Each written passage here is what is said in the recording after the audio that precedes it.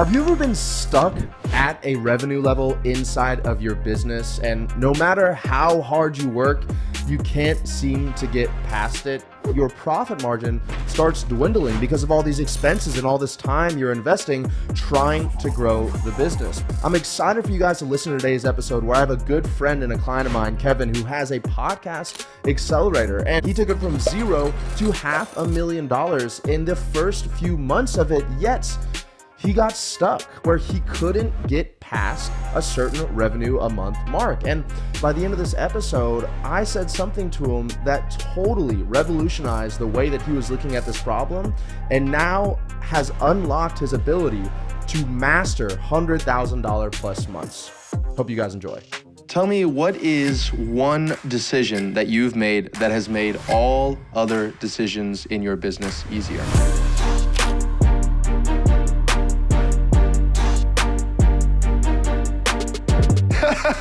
I would say something, but the camera's already rolling. I don't necessarily want to sell the business, but I realized if it's built on me, that is a cap and a limitation. So now it's about building systems. Many business owners are managing their own companies when they could establish their own additional company that's called a management company. To me, it's just about building systems so the business is fully automated, and then it frees me up to A, think bigger and build teams around it, and B, start doing more things that I enjoy younger. So, Kevin, what is the best decision you've ever made that has eliminated all other decisions? Whoa. Well, the first one that comes to mind is the most recent one that I made. Sure. Which is relocating from Philadelphia to Miami. Okay. And I'm 2 weeks in, but I've been an entrepreneur for 3 years, and I lived in the Philadelphia area for 30 years, and I just turned 30. After becoming an entrepreneur, I discovered that there are just so many traits and habits and characteristics about me that were stunting my growth as an entrepreneur. And I was like, what would it look like to just kind of hit the reset button? And like, it's not even that Philly doesn't have what I need. It's just, I have so much of my own habit baggage there.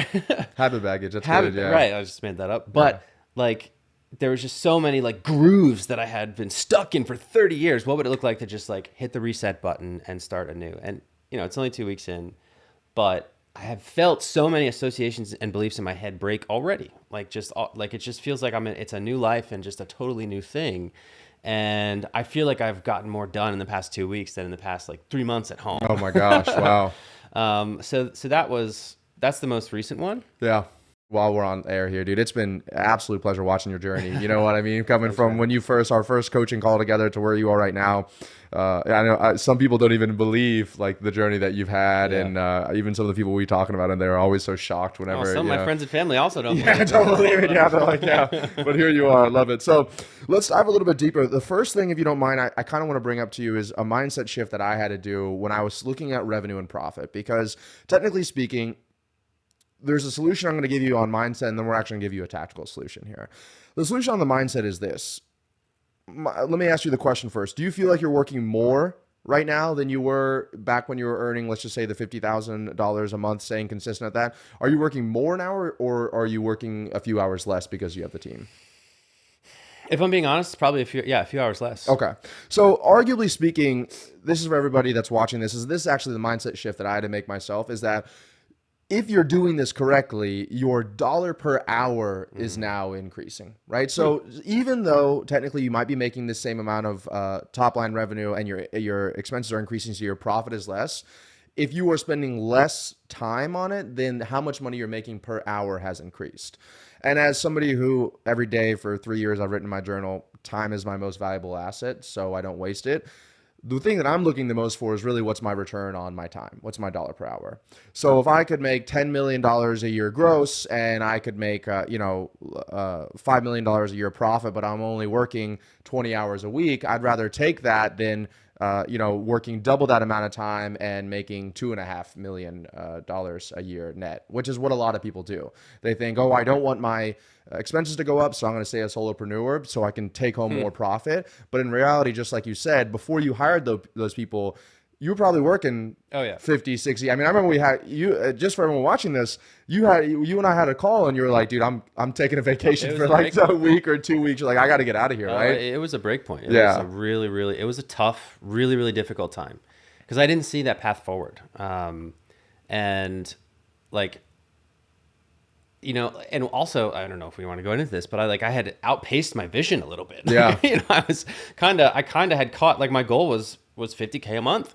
So at this, I'm like, I didn't know I'd get this so soon. Like now it's like I caught the carrot and the treadmill was still going. So Yeah. I'm like, what the heck, you know? And like, how do I get past this? You know? So it was a heck of a place. And yeah, it was a breakdown.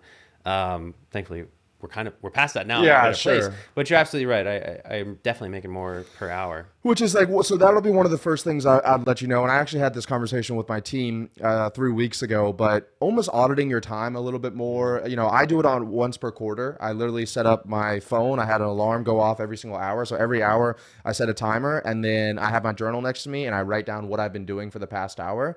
So this is the basic stuff that we'll go into a little bit more advanced stuff in a moment, but getting a better idea of how you're spending your time and if what you're doing is the highest ROI in your time, even immediately. Let's say right now, I'm just going to make easy numbers. Before you hired the team and your expenses increased, you were working 60 hours a week. Now you hire the team, you're working 40 hours a week. I would probably argue that there's still 5 to 10 hours a week that you're doing stuff that either A, doesn't need to be done, or B, can be delegated out to somebody else.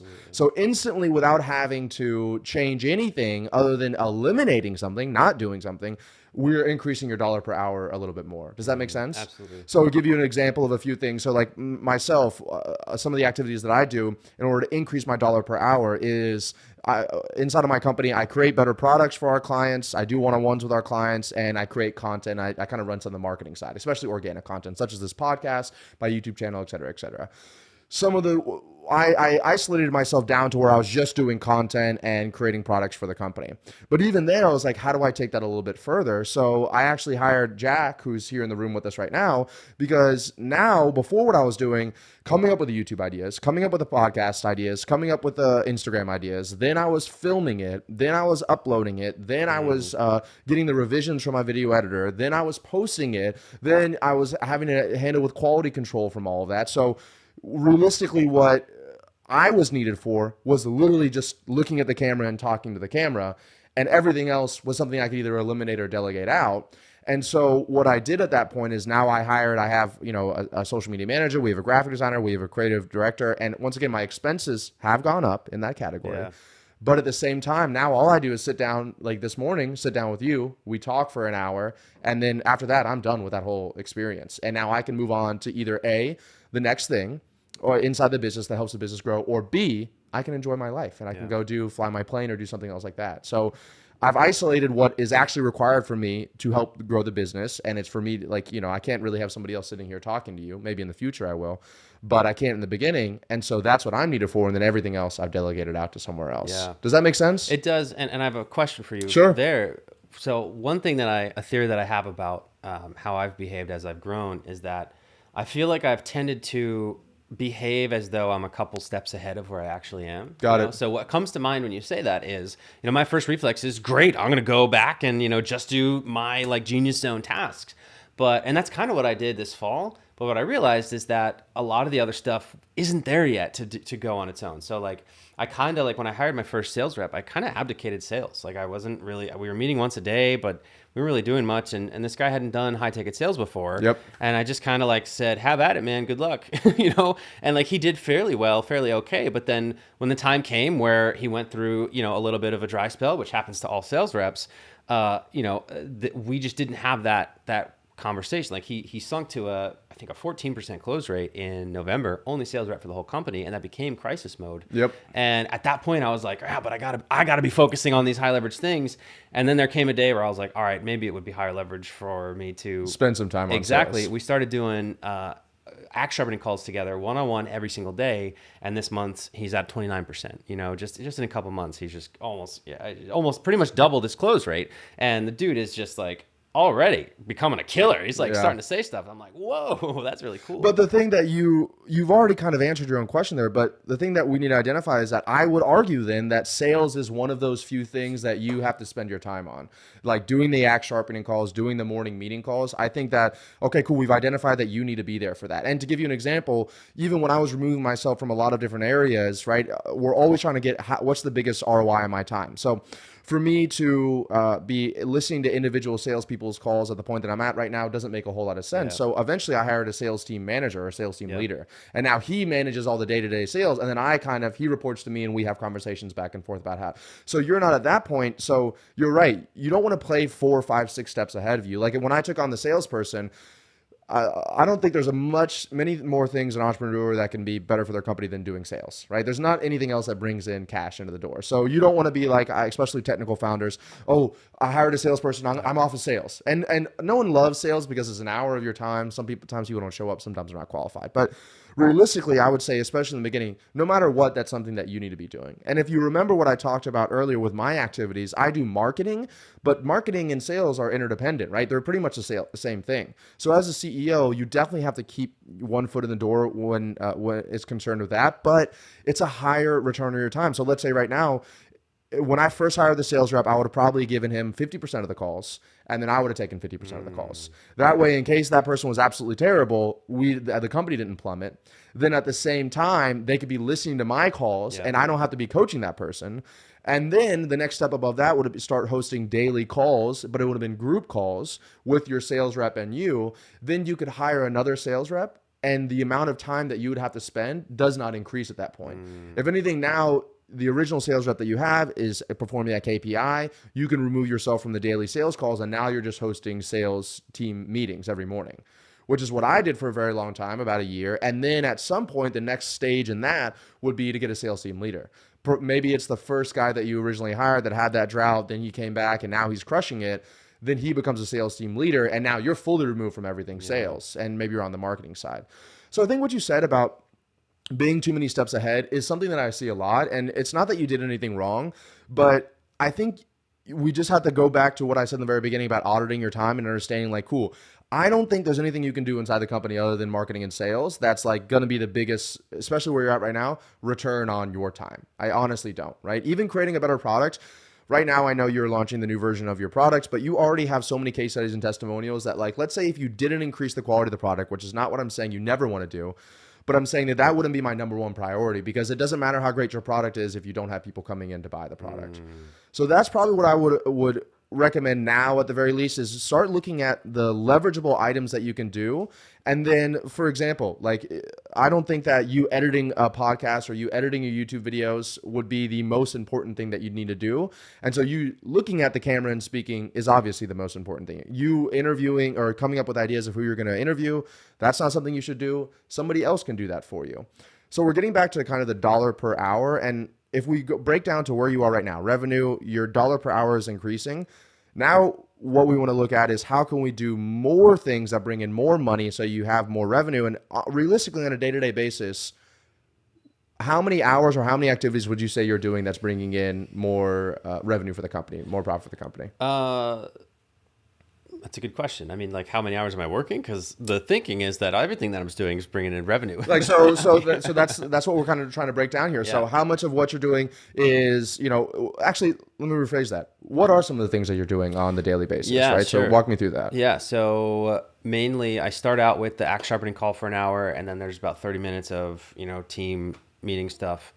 And then I have about 2 to 3 hours of needle moving work where I try to do my one thing. That is very rarely recently efficient. Okay. So, And what is that one thing of recently? What would it be? like in a given day, it might be like something. What's an example? Improve the. I don't know. What's an example of one thing that I've done in a day? Improve the click-through rate of an ad, or like make a new ad that has a better click-through rate than the one that we have now, Cool. or something like that. And when was the last time you did the one thing? That one thing, Yeah, or just any one thing? Because did you one say thing? that it recently? Well, yeah. So I mean, the last time I had a session where I started, like, it was a focused 3 hours, had a clear, I got to do this thing, and then stayed focused and did the whole thing for 3 hours. I don't know. Okay. I couldn't tell you. Cool. So then after the one thing, what happens at that point? Like, so after if let's say you assumed you had that 3 hours of work, right? We'll talk about that in a moment. Yeah. And then what's the rest of your day looking like? So on Mondays and Thursdays, it's appointments. So it'll be coaching my clients. It'll be one-on-one, sort of like we have like a weekly content meeting or like a weekly meeting with my integrator or something like that. Any other appointments that come up. Some of them I do my onboarding calls now. I added those back recently because our customer results actually weren't as where we wanted them to be. So I do client onboarding calls. And then Tuesdays, Wednesdays, and Fridays. I used to have only appointments on Mondays and Thursdays, but in December when I was like, I need to meet with my team more because it's just not effective and I need to help them get to a place where they're effective. I've been taking appointments sometimes on Tuesdays, Wednesdays, and Fridays. And who are those appointments with? Well, sometimes team, sometimes mainly team, and sometimes clients. Okay. Got it. And are clients booking anytime they want to on your calendar? What does that look like? So I recently put it back to clients can book. Mondays and Thursdays are my client calls. Also, every other Friday, the main content driver for our business is my podcast, which because I'm a podcast guy, so Sure. huge piece of it.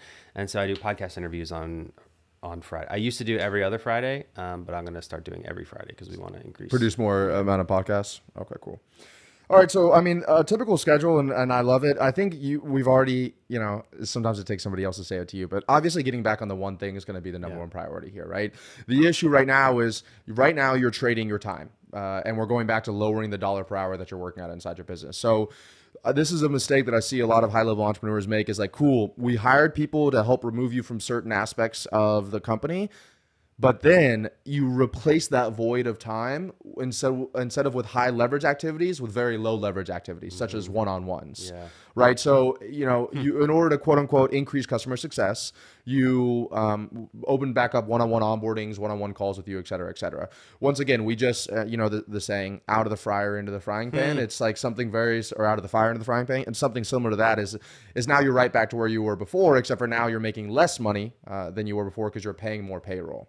So the few things that I'd probably look at doing is at the very bare minimum, getting at least 1 hour of the one thing in every single day. It's just a non-negotiable, right? Wake up an hour earlier, move a meeting back, just absolutely no questions asked. Even on the days that I have meetings from 9 until 5 p.m. or 6 p.m., I still at least do 1 hour. That's why I wake up at 5 a.m. Well, I don't mean to cut you off. No worries. I've had more than enough one thing time on my calendar always. And I think my biggest problem that has confused me the most is that maybe it's just like the prioritization of figuring out what is the one thing be. Exactly. Because like on one hand, I feel more distractible when I'm not clear on what I should be doing. Like if I'm just like, I need to do this thing today and it's going to produce X, then I'm really good at blocking everything out, But I think that like that's where I've struggled, where it's like there's all these things that I can and should be doing right now. What's the really truly the one thing that I need to do today? And that like lack of clarity leads me to procrastinate, I think. Hey guys, really quickly, if you're getting value out of this, please be sure to share it wherever you share things. Share it with your friends, your colleagues, your employees. Share it to somebody that you know needs to hear this message. We put an incredible amount of work into these videos and these episodes for you, and all I ask in return is for simply to share it to somebody else that wants to hear that or needs to hear this message. All right, let's get back to it. Yeah, and I think that's fair. And the cool thing about having you on here, Kevin, is that you're pretty transparent about everything and your own shortcomings. I have shortcomings. Everyone has shortcomings. So I appreciate you doing that. I'm going to circle back to that one thing answer for you in a second because there's just 2 or 3 things I want to rip to you that I'd probably do. Also, I would probably just take my axe sharpening calls from 1 hour down to 30 minutes. Okay. I would then replace that second 30 minutes that I had with that with my team meetings that you're doing every single day. I'd also probably argue, are you doing team meetings every day? We just started that. Okay. I would probably move axe sharpening and team meetings to 3 times a week. You can do axe sharpening every day if you think that it's necessary, but the team meeting stuff, there's nothing that you're going to say between Monday and Tuesday that the size of your team you have right now is going to be such. It's not like you guys are like on the cutting edge of technology and one thing's going to change in the code and the whole system's going to be down, right? So I went from meetings every single day to meetings 3 times a week to now I do 1 meeting with my team every single Monday. So I'm not saying you're at that point, but I'm saying that easily in order to get back some of your time, I almost guarantee you that if you went to just 3 meetings a week with your team, you'd probably not really recognize any difference in it. Yeah. Are you on the same page with me on that? So yes, what I'm thinking, my question for you Yeah. is where the reason why, because I had that in mind when I did the daily. I'm like, Sure. And it was more of a because I went from meeting once a week with the team and once a week individually with each person. And I just didn't find there was not enough of a feedback loop. I thought that this was the thinking behind the decision where each person was clear on what to do in their role, why to do it, how to do it, those sorts of things. I found that just bringing somebody on, the people that I bring on are not people who have done their role over and over again. Sure. It's folks that are learning a lot at the same time. And so while the people that I have do when they know what to do, work really hard, and also when they don't know what to do, but they know what the goal is, they're very good at figuring out what to do, but they were just floundering. And I think that and we'll talk about the talent thing, but I think that you're not giving them, so you need to have what we call fallback activities for these people to do. So it's hey, if you're not doing, if you have free time or between Monday and Tuesday, here are the things that I want done by Wednesday. And realistically, most people that I've noticed, even inside of our company, it's that we have too much stuff for people to do. And so we have to extend out timelines and deadlines. For you, it sounds like you're not having enough to be able to delegate out, which might go back to some of the one-on-one stuff that you're doing with your team. I'll give you an idea as well. There's probably somebody on your team, which is one of the other things I want to bring up, that could probably take over some of the one-on-ones or the onboarding calls. For example, the onboarding calls, I don't know if you're giving absolute incredible revolutionary ideas on those onboarding calls, or if it's more hey, here's the general things of how the program works and here's how we should do it. But if you were able to delegate out your onboarding calls to say your integrator or somebody else, and it was more, they followed the structure, they watched the last 50 onboarding calls that you did, and they have a better idea. I mean, at this point, they've been working with you for a while. They can then say, hey, here are the questions, or here's where you can find things, here's the coaching calls, and then hop on the group call tomorrow and ask Kevin or tell Kevin exactly where you're at. So that way you're done with the onboarding calls. You can maybe still offer a one-on-one, although eventually you want to remove yourself from that. And between shifting the team meetings, there's Parkinson's law, which is work will expand to fill the amount of time you give it. So if you're saying it's going to take 5 days a week for me to get my team ramped up, it will take 5 days a week. If you say it'll take 3 days a week to get your team ramped up, it will take 3 meetings a week. That's all you need. So I would challenge you to do the 3 meetings a week, and we can go deeper when we're off camera as well. But 3 meetings a week. First one's 30 minutes, keeping the meeting tight and keeping it so that at the end of whoever you're talking to, there's expectations as far as what's the next move that this person needs to do and when is it due by. Then you have the sales meeting for another 30 minutes. So we just took an hour and a half, brought it down to just an hour. And then you delegate out your onboarding calls. I would even challenge you. So if you're saying, hey, I don't have somebody that can do the onboarding calls one-on-one right now, switch them to group onboarding calls where you're hopping on the call. And this is for just people that joined in the last 5 days or people that joined in the last 7 days. First 5 minutes is you explaining this is how the program works. And then the last is just kind of more of a typical coaching call, except for this is more for beginner questions that people just got on there. Once again, your dollar per time increases. I would say that arguably it's not going to make any difference on the customer success journey in the end. I don't think it's going to be all of a sudden if you do the group onboarding that they're going to stop getting results from it. And then let's say you're doing 5 onboarding calls a week or 3 onboarding calls a week. That's another 3 to 5 hours that we just took back of your time. Are you with me so far on everything on here? And they'll also there will be a cohort.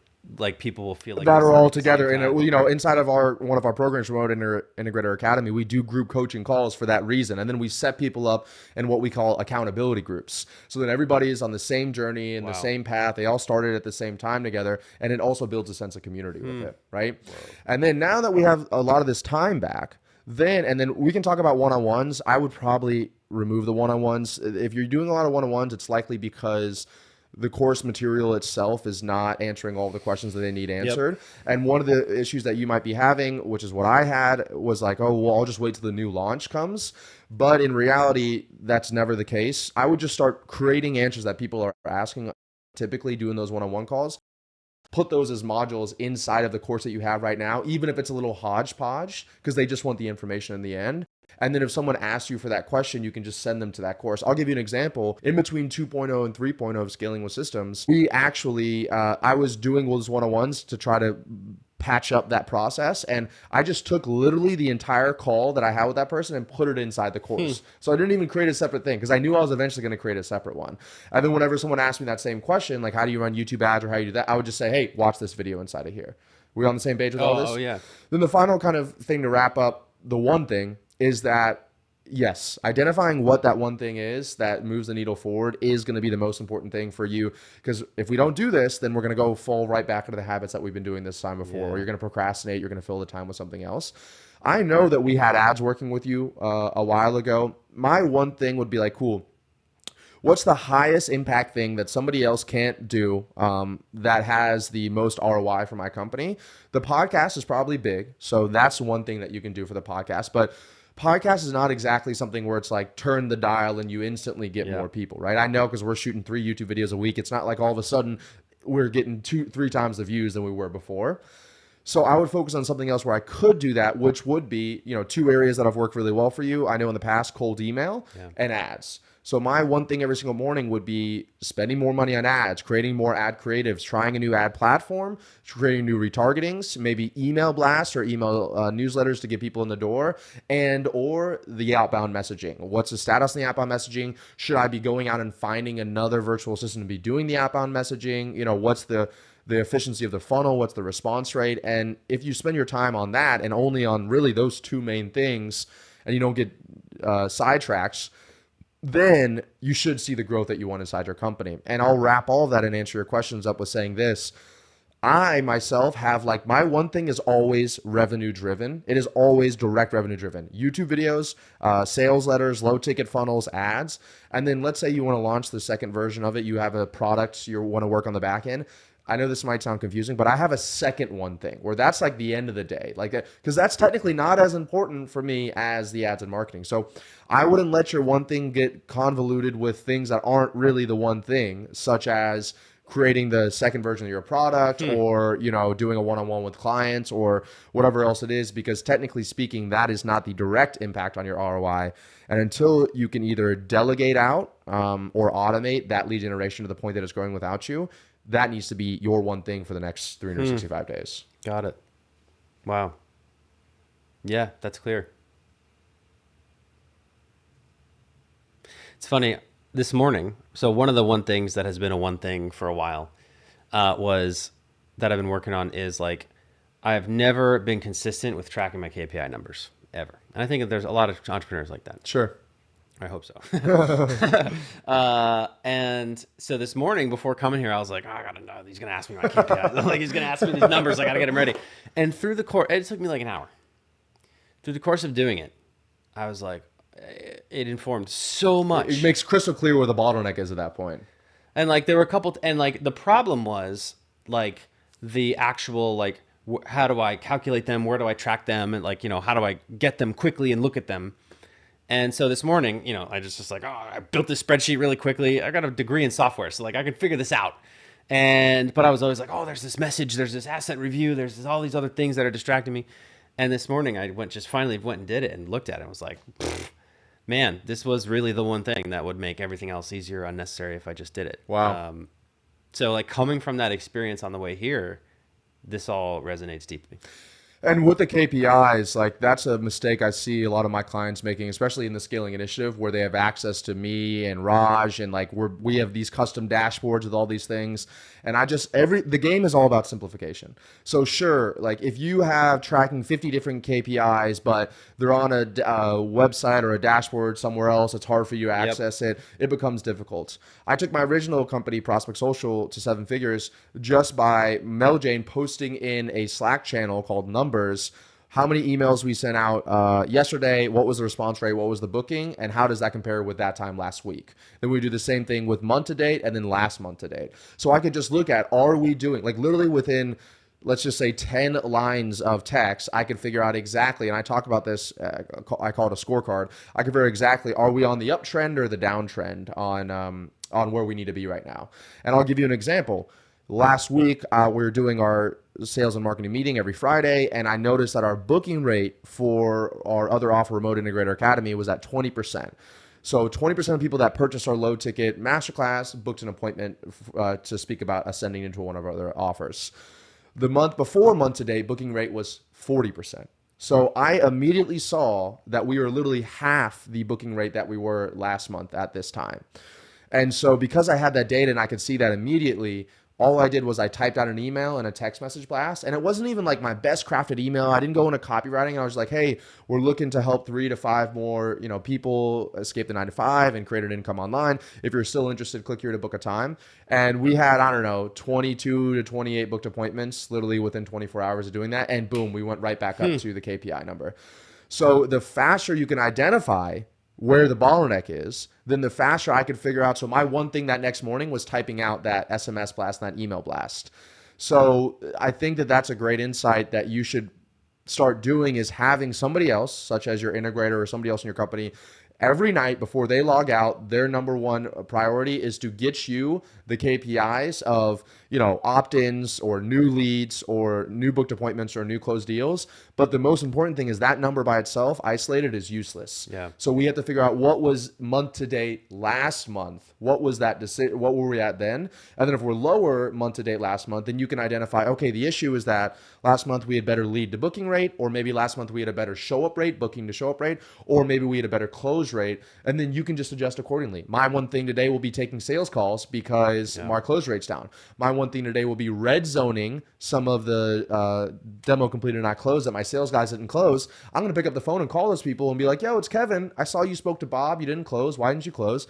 Boom, sales rate's up. It's lead to booking rate. We do an email blast or text message blast, or maybe just overall number of new leads are down. Then we increase ad spend or the number of messages that we're sending out.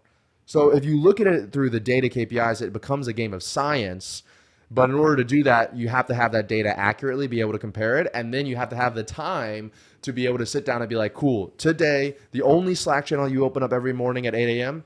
is the numbers channel. Yeah. And figure out, okay, I already know based on that, I need to spend my time the next 3 hours doing this one thing there. Then you do that, and you do that for 90 days straight, and you'll almost guarantee you'll feel yourself coming out of that little kind of hole that you're in right now. What I'm hearing also is that, or what I'm seeing in this is that, I mentioned before how my biggest, a huge problem was figuring out what the one thing is. It's probably because I wasn't looking at these numbers. I couldn't tell. You're just guessing. Yeah, it's just all based on feeling and guesses. Which is like literally the worst thing in the world, is to base it off of emotion. Because like if you base it off of emotion, that's what 99% of people do, is just be like, oh, this is how I'm feeling today. Or right before you went to bed last night, a customer messaged you and said, hey, Kevin, this is not what I thought it was going to be. This program, the course isn't good, whatever else it is, right? I'm not saying that happens, but it does happen to everybody.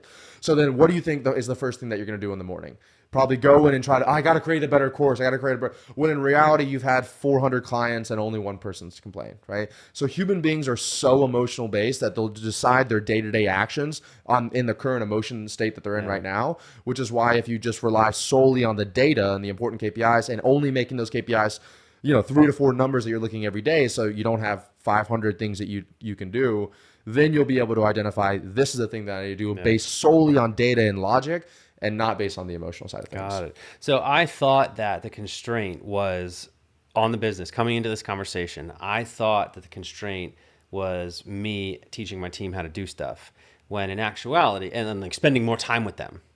But it sounds like that was the that was part of the constraint, and it was how I was spending my own time, and not and the constraint was me just not going by data and being able to quickly identify what's working and what's not, and solve that problem instead. And I think that you did the one thing, which is for everybody that's watching this, the one thing, just because I guess we didn't give context, is just when you decide this is the one thing that I need to do today, and that's going to get me closer to my journey. And I think you've done a great job at trying to carve out time. And I think the other big takeaways was that absolutely, without a doubt, we carve out time every single day. There's no question about it.